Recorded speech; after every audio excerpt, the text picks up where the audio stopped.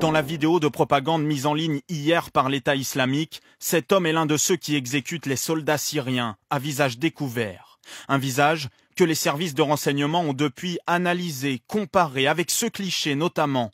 Et aujourd'hui, il n'y a aucun doute, ce bourreau est de nationalité française. Ça me fait mal, on peut pas penser qu'il soit devenu, qu'il ait fait une chose pareille. Ça paraît impossible, il a été drogué pour arriver à être comme ça.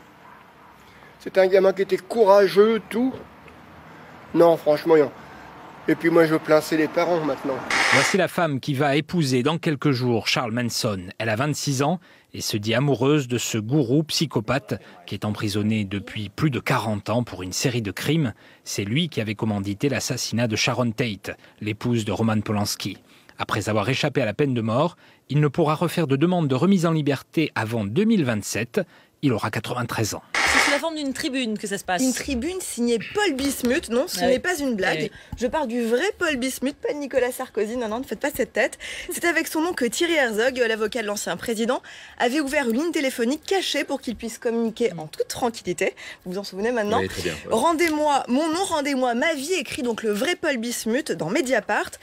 Votre attention.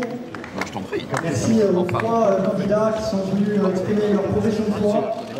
Voilà, ça a été vraiment un beau moment. Il reste une dernière très courte intervention de Sébastien Pidard avant la Marseillaise.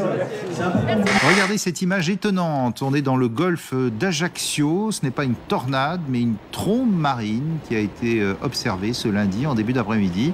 Un tourbillon d'air et d'eau qui s'élève au-dessus de la surface. La matinale de cette chaîne australienne marquée par une révélation fracassante. Voilà un an que son présentateur porte le même costume et quasiment personne ne s'en est rendu compte. Si sa collègue avait fait de même, cela aurait déclenché une bronca. Lui, son look, tout le monde s'en fiche, dit-il. Il y a quelques jours, Barack Obama s'est opposé à l'idée de faire payer plus cher certains sites pour qu'ils garantissent un accès plus rapide à leurs utilisateurs. Il vient de recevoir un soutien inattendu, celui de 3 actrices de films X. President Obama just stood hard and firm on the issue. L'Internet à 2 vitesses n'est pas dans leur intérêt. Selon les spécialistes, la pornographie représente 1/3 des contenus du web.